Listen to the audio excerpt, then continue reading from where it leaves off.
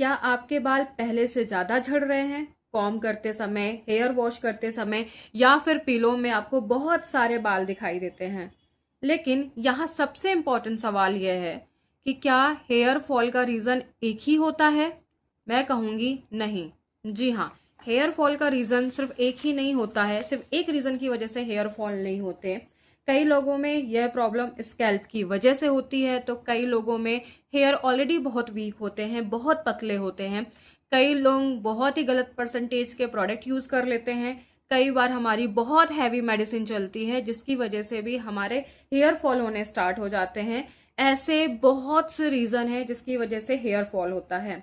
और अगर आप कॉस्मेटिक फॉर्मुलेशन सीख रहे हैं तो वहां पे सिर्फ एक शैम्पू या फिर एक सीरम या फिर एक कंडीशनर बना लेना काफी नहीं है।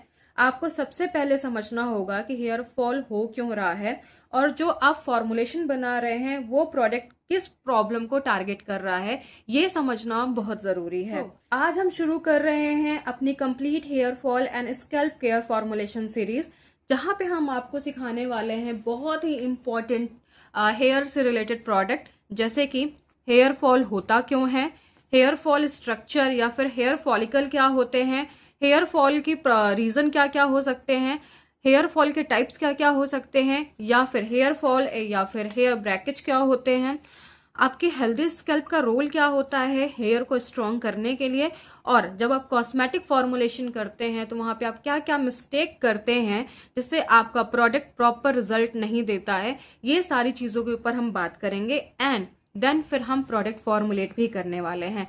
So hello everyone, I am Anjali, और जैसे कि आप सबको पता है कि हम हमारे चैनल ऑर्गेनिक ब्यूटी मंत्रा पे आप सबके लिए लेकर आते हैं बहुत ही बेहतरीन प्रोडक्ट फॉर्मुलेशन। अभी हमारे स्किन केयर की सीरीज ऑलरेडी चल रही है जहां पे हमने आपको स्किन से रिलेटेड मैक्सिमम इंफॉर्मेशन दी है, हमने एक्टिव्स को लेकर इंफॉर्मेशन दी है।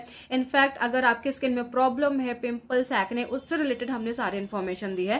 देन अब हम स्टार्ट कर रहे हैं हमारी हेयर केयर की सीरीज, जहां पे हम हेयर से रिलेटेड प्रॉब्लम के ऊपर बात करने वाले हैं, उनके सोल्यूशन के ऊपर बात करने वाले हैं, एंड देन इससे रिलेटेड हम प्रोडक्ट भी बनाने वाले हैं।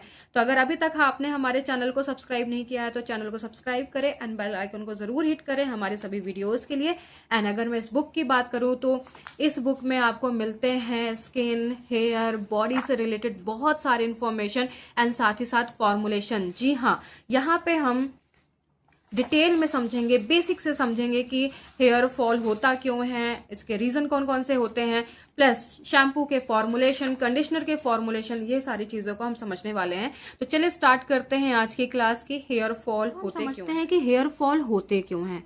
जब हमारे स्कैल्प में नेचुरल तरीके से, नेचुरल प्रोसेस से हेयर रीग्रोथ होती है, इट मीन्स नए बाल रीग्रोथ करते हैं, जिसकी वजह से पुराने और कमजोर बाल गिरते हैं, वो हेयर फॉल प्रोसेस होती है। कहने का मतलब ये एक नेचुरल प्रोसेस है जहां पे पुराने और कमजोर बाल गिरते हैं और उसकी जगह पे नए और मजबूत यानी स्ट्रॉन्ग बाल रीग्रोथ करते हैं। ये प्रोसेस हेयर फॉल की प्रोसेस की वजह से होती है। प्रॉब्लम ये नहीं है, प्रॉब्लम वहां से स्टार्ट होती है जब हमारे हेयर फॉल बहुत तेजी से होते हैं, ब्रेकआउट होने स्टार्ट हो जाते हैं और उसकी जगह पे नए हेयर रीग्रोथ नहीं होती एंड हमारे स्कैल्प भी तेजी से दिखने लगता है, वहां पे प्रॉब्लम स्टार्ट होती है। कहने का मतलब हेयर फॉल एक नेचुरल प्रोसेस है, बट इस नेचुरल प्रोसेस में अगर हमारे हेयर फॉल बहुत तेजी से हो रहे हैं, उसकी जगह पे नए बाल रीग्रोथ नहीं कर रहे हैं, वहां से प्रॉब्लम स्टार्ट हो जाती है। और जब ये प्रॉब्लम हमारे सामने आती है और हम एक कॉस्मेटिक फॉर्मुलेशन की बात कर रहे हैं या फिर हम खुद एक कॉस्मेटिक फॉर्मुलेटर हैं, तो हमें यह समझना जरूरी है कि हमारा जो प्रोडक्ट है वो कौन सी प्रॉब्लम को सॉल्व करने वाला है, हम किस प्रॉब्लम को सॉल्व करने के लिए प्रोडक्ट बना रहे हैं, उसका परसेंटेज क्या होना चाहिए, उसे किस प्रोसेस के थ्रू बनाया जाए जिससे हमारी जो प्रॉब्लम है वो नेचुरल तरीके से सॉल्व हो, कोई भी चीज डैमेज किए बिना, या फिर उसे कहाँ पे अप्लाई करना है, किस तरीके से अप्लाई करना है, ये सारी चीजों पे ध्यान दिया जाता है। कहने का मतलब कॉस्मेटिक फॉर्मुलेशन करते समय, हेयर केयर के प्रोडक्ट बनाते समय हम कुछ चीजों पे ध्यान देते हैं, जैसे कि हमारे स्कैल्प की कंडीशन क्या है, हेयर फाइबर की कंडीशन क्या है, क्लिनजिंग प्रोसेस क्या होनी चाहिए, यानी ऐसे कौन से प्रोडक्ट यूज करें, रॉ मटेरियल यूज करें जिससे जो हमारे हेयर है वो प्रॉपर तरीके से क्लीन एंड क्लियर हो, वो भी नेचुरल तरीके से। हमारे बालों की कंडीशनरिंग के ऊपर हम ध्यान देते हैं कि डैमेज ना हो, हमारा नेचुरल ऑयल डैमेज ना हो, एंड देन सबसे इंपॉर्टेंट चीज सही इंग्रेडिएंट्स। बहुत ज़रूरी है कोई भी हेयर केयर के प्रोडक्ट्स बनाते समय, इट मीन्स अगर आप शैम्पू बना रहे हो, ऑयल बना रहे हो या सीरम बना रहे हो, इंग्रेडिएंट्स के बारे में जानना ज़रूरी है। इंग्रेडिएंट्स का मतलब सिर्फ ये नहीं होता कि हमें नेचुरल इंग्रेडिएंट्स के बारे में पता है, जैसे कि एलोवेरा, मेथी, या फिर हमने फ्लैक्सीड यूज़ कर लिया है, या फिर हमने आंवला यूज़ किया है। जी नहीं, इनके परसेंटेज को समझना ज़रूरी है कि कौन से रॉ मटेरियल को किस परसेंटेज में डालना है, उनकी प्रोसेस क्या होनी चाहिए। इनफैक्ट इसके अलावा अगर हम कोई एक्टिव्स डाल रहे हैं तो उनकी परसेंटेज क्या होनी चाहिए, क्योंकि इंग्रेडिएंट्स दो तरीके के होते हैं, पहला नेचुरल होता है एंड दूसरा एक्टिव होता है। ये दोनों के बारे में समझना बहुत ज़रूरी है। तो हम ये सारी चीज़ों पे ध्यान देते हुए हमारे प्रोडक्ट्स बनाते हैं। अब हम समझते हैं कि हेयर फॉल के कौन कौन से रीज़न हो सकते हैं। तो फर्स्टली जेनेटिक। जी हाँ, ये एक बहुत ही कॉमन प्रॉब्लम है जहाँ पे जनरेशन टू जनरेशन ये प्रॉब्लम ट्रांसफर होती है, और इसके लिए आपको एक परमानेंट ट्रीटमेंट लेना ज़रूरी है। आपकी फादर की फैमिली में से किसी ना किसी को ये प्रॉब्लम हुई होगी, कुछ न्यूट्रिशंस की वजह से, कुछ हार्मोन्स की वजह से, जिसकी वजह से जनरेशन टू जनरेशन चलती है। एंड देन इस पैटर्न को तोड़ना ज़रूरी है, आपके हेयर फॉल रुक जाएंगे। तो पहला रीज़न जो है वो जेनेटिक हो सकता है। सेकंड जो है वो हार्मोन चेंजेस हो सकते हैं, ये भी नॉर्मल होता है। हम अपनी लाइफ के बहुत सारे फेज से निकलते हैं, बहुत सारे साइकिल से निकलते हैं, जिसकी वजह से हार्मोन चेंज होते हैं, और इन हार्मोन चेंजेस की वजह से भी आपको हेयर फॉल होते हैं, लेकिन एक नॉर्मल है। जैसे जैसे आपके हार्मोन ठीक होते हैं वैसे वैसे ये हेयर फॉल कंडीशन भी ठीक होने लगती है। नेक्स्ट जो आज की डेट में बहुत ज्यादा देखने के लिए मिल रहा है, न्यूट्रिशन प्रॉब्लम। आज की डेट में हमारी लाइफस्टाइल इतनी फास्ट है जिसकी वजह से हम प्रॉपर न्यूट्रिशन वाले फूड नहीं ले रहे हैं, बैलेंस डाइट नहीं ले रहे हैं, तो इनकी कमी की वजह से हेयर फॉल होता है, और ये इतनी तेजी से बढ़ता है जिसके लिए हमें ट्रीटमेंट लेना पड़ता है। तो आपको अपने न्यूट्रिशन पे ध्यान देना बहुत जरूरी है। Next, stress and lifestyle. Again मैंने अभी बात की कि आज की डेट में आप इतना ज्यादा स्ट्रेस ले रहे हो, आपकी लाइफस्टाइल पूरी तरीके से बैलेंस नहीं है, जिसकी वजह से प्रॉपर जो बैलेंस डाइट है आपकी बॉडी को नहीं मिल रहा है, आपके स्कैल्प को नहीं मिल रहा है। देन वहां पे हेयर फॉल स्टार्ट हो जाते हैं और आपका जो स्कैल्प है दिखने लगता है। एंड इन न्यूट्रिशन की वजह से, इन स्ट्रेस की वजह से आपकी बालों की रीग्रोथ नहीं हो पाती है और आपका हेयर फॉल और तेजी से बढ़ना स्टार्ट हो जाता है। Next, scalp problem. जी हाँ, स्कैल्प प्रॉब्लम में बहुत सारी प्रॉब्लम देखने के लिए मिलती है, जैसे कि हमारे जो स्कैल्प है वहां पे भी नेचुरल ऑयल होता है। जब ये बहुत तेजी से बढ़ता है, जिसे हम सीबम कहते हैं, सीबम बहुत तेजी से बढ़ता है, तो हमारे स्कैल्प के जो पोर्स हैं वो ब्लॉक हो जाते हैं। एंड देन वहां पे ऑक्सीजन ना मिलने की वजह से, ऑक्सीडाइज होने की वजह से भी आपको हेयर फॉल होते हैं। डैंड्रफ की वजह से भी आपको होते हैं, क्योंकि जो डैंड्रफ है वो आपके स्कैल्प में होता है, तो डैंड्रफ की वजह से भी आपको हेयर फॉल होते हैं। आपके जो स्कैल्प है वहां पे इरिटेशन हो सकती है प्रॉपर क्लिनजिंग ना होने की वजह से। कई बार हम बहुत ही माइल्ड प्रोडक्ट यूज करते हैं जिससे हमारे बाल पूरी तरीके से, यानी हमारे जो स्कैल्प हैं वो पूरी तरीके से क्लीन नहीं होते हैं।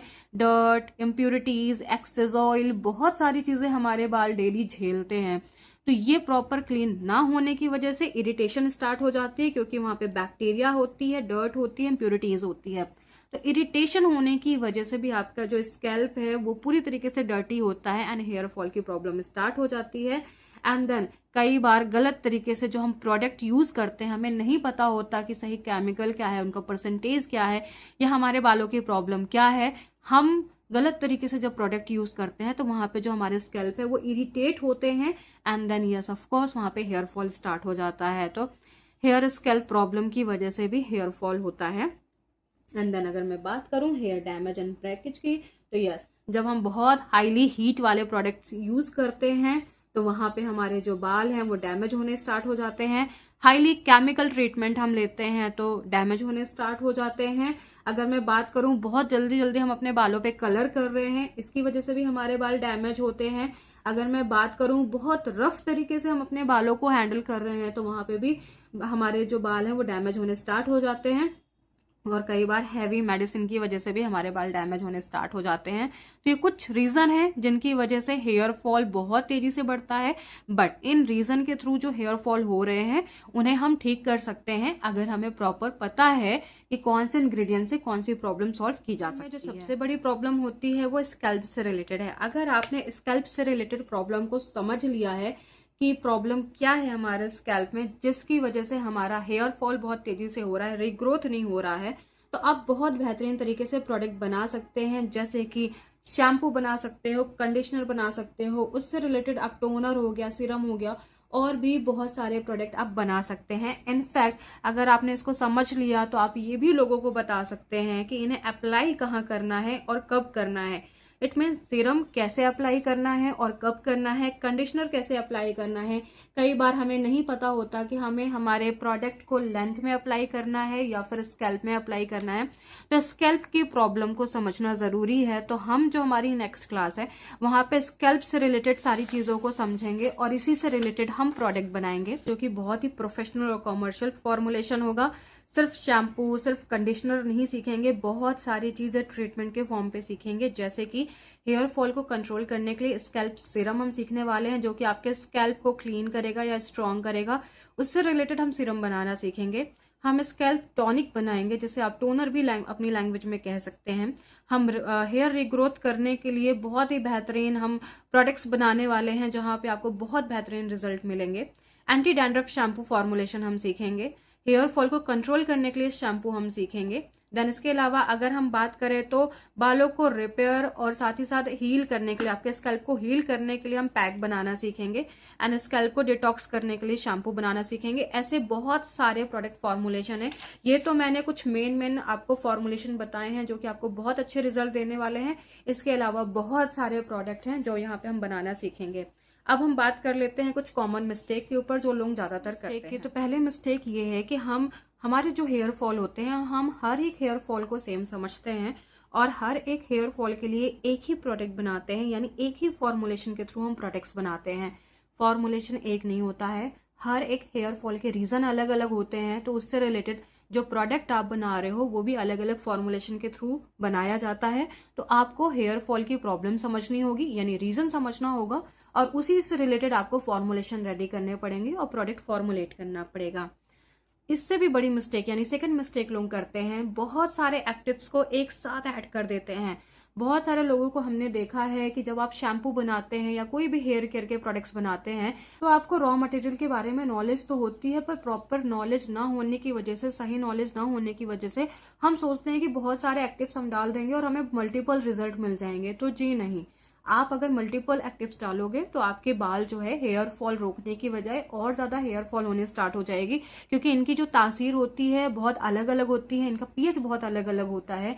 इसलिए बहुत सारे मल्टीपल आपको एक्टिव्स नहीं डालने हैं, आपको इनके कंपैटिबिलिटी को समझना है और उससे रिलेटेड ही एक्टिव्स को आपको डालने हैं। तो ये सबसे बड़ी प्रॉब्लम लोग करते हैं प्रोडक्ट्स बनाते समय। तीसरी मिस्टेक जो करते हैं, स्कैल्प प्रॉब्लम को और ब्रेकेज प्रॉब्लम को सेम समझते हैं, बट ये सेम नहीं होता है। इसलिए स्कैल्प से रिलेटेड अगर कोई प्रॉब्लम है तो उसके लिए अलग प्रोडक्ट बनेंगे और ब्रेकेज से रिलेटेड अगर कोई प्रॉब्लम है तो इससे रिलेटेड प्रोडक्ट अलग बनेंगे। इससे भी बड़ी गलती क्या करते हैं लोग कि आप जब कोई भी प्रोडक्ट्स किसी भी सामने वाले कस्टमर को देते हैं तो आप वहां पे बोल देते हो कि 7 डेज में आपके बाल रीग्रोथ होने स्टार्ट हो जाएंगे, लेकिन ये गलत है। कोई भी प्रोडक्ट 7 डेज में रिजल्ट आपको नहीं देता है और कोई भी हेयर आपके 7 डेज में रिग्रोथ नहीं करते हैं। इसके लिए प्रोसेस होती है, वो प्रोसेस के ऊपर आपको काम करना जरूरी होता है।